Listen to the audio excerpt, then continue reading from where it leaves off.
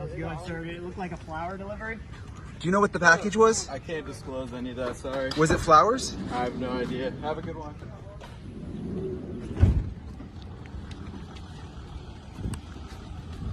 Do you know what it was, sir? Was it flowers? No, Not flowers?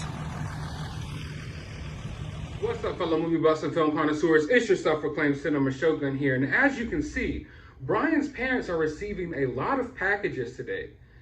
No, I don't think anything crazy like Brian sending them packages in the mail and all this, that, and the third.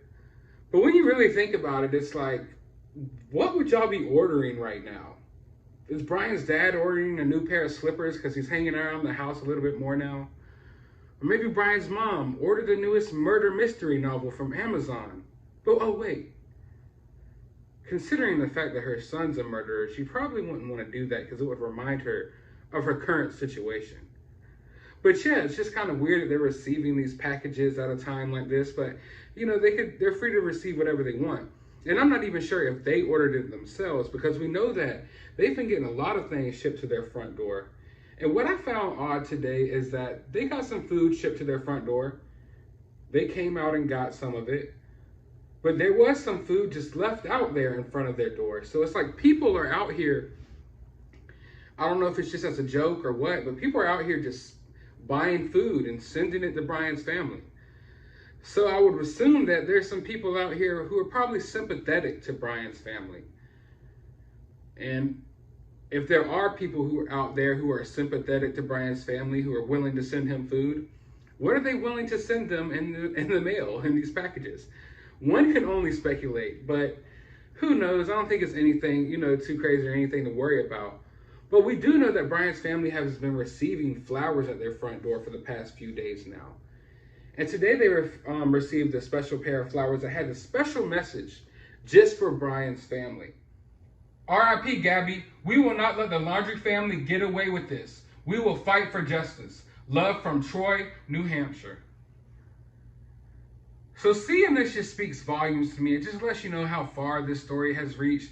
And people from all the way in New Hampshire are sending flowers down here and having these messages sent to Brian Laundrie's family's front door. And to be in Brian Laundrie's home right now, and to know what you know, and to look out your front door and just to see all of these flowers pouring in for your son's girlfriend and to still not say anything, you just gotta be some cold-hearted, cold-blooded people. Like cold-blooded, like what? Like Dave Chappelle, Rick James, cold-blooded. But this goes to show what I was saying before about the public pressure and how the public pressure is really going to start setting in this case and in this whole situation. And I don't think people are showing any signs of letting up. They're receiving constant shipments of packages and flowers and what have you. There are people outside on megaphones yelling. And while all this is happening, and while Brian's family are receiving all of these packages and all of these flowers, Dog the Bounty Hunter has a private K-9 unit combing Fort De Soto Park. And early reports came in that, there was actually no action going on at the park, and a lot of people were wondering, is Dog the Bounty Hunter just full of it? In fact, I feel like a lot of people keep wondering, like every day, more and more people ask the question, is he full of it? Then he proves himself with a little bit of information. And then people were, nah, that's BS. And then he proves himself with another little bit of more information. And then people try to shoot that down. But here he is. He's out here at the Fort De Soto camping grounds with the K-9 unit. He's still out there as I speak, as I'm recording this video. He's still out there. And like I said, the pressure is on. This isn't like Dog the Bounty Hunter isn't the police. He's a bounty hunter. And not just that, he's just a regular citizen. So as the FBI searches for Brian, as local law enforcement searches for Brian, we also have Dog the Bounty Hunter searching for Brian. And not just that, we have a whole entire grid of people online exchanging whatever information they know back and forth. And it's reaching new ears every single day. Every video that gets pumped out, every tweet, every Facebook post, someone new finds out about this story every day. And if you just found out about this story today, I want you to let me know down in the comments below. I'm interested in hearing like how many people are just now hearing about this and just now coming around to this. Because that would just go to show like how many people could know something or could have seen something. Like that lady who saw them at the park back in early September, who until yesterday had no freaking clue that she was parked right next to this family.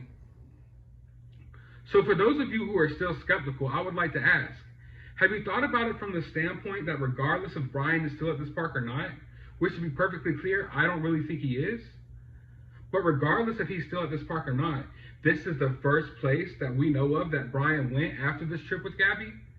It's unclear where he went along the journey, what stops he made, or what happened. We're still trying to piece those pieces together. But for 100% fact, we know that him and his family were at this park in early September after his trip with Gabby.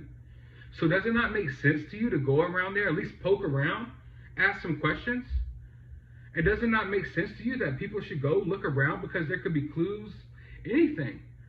There could be evidence out there, which I'm not sure that there is. I mean, Brian had to drive all the way home from Florida. He could have dumped the evidence along the way. But there could be a number of things out there. There could be so many different people out there who saw something or know something. I just think it makes perfect sense. Like, it's perfectly logical to be out there looking around and asking questions. If you're going to spend $1 million, $2 million in the swamp, in a swamp where you know no one can even survive, then why not go to this camping ground where you know for 100% fact, it's even on video, that Brian was at this park. So I just think it makes perfect sense that they should have some K-9 units down there. They should be looking around. Where's the harm in that? So I don't see why people are upset that Dog the Bounty Hunter is at this park looking around for Brian. Like, at least he's looking for Brian. But I want to know your thoughts. Do you think there's a possibility that Brian is still at this park? Do you think that it's at least a smart idea to poke around and ask some questions because there could be certain leads or clues there as to where Brian is or what he did after he got back home from Gabby? And I just want to hear all of your opinions about all of this stuff that's transpiring. Your opinions are always welcome here. They don't have to align with mine. You don't have to agree with everything I said here. I'm still interested in knowing what you think. And also, I have a question. The funniest answer to this question I will pin at the top of the comment section. What do y'all think Brian's family is ordering on Amazon? But with all that being said, I would like to thank you guys for watching. I really appreciate the support. While you're here, drop a thumbs up, hit that subscribe button if you haven't already. Also, in the description of this video, I will pin the link to my other YouTube channel where I'll be covering this story as well over there. So if you want further coverage of the Gabby Petito case, go over there and subscribe. But like I said, I thank all of you for watching. And as always, try to find some time out of your day to go watch a movie. Hi, Josh. So we're out here on the islands. First of all, we'd like to tell you thank you very much for helping us. We've been out here 4 or 5 hours, and this hunt will probably last through the evening with the dogs. We got all the dogs out here. We've got a team, the greatest team, one of the greatest teams I've ever seen. This team's going to make my kids all jealous. So thank you, brother, very, very much. Aloha. We appreciate it.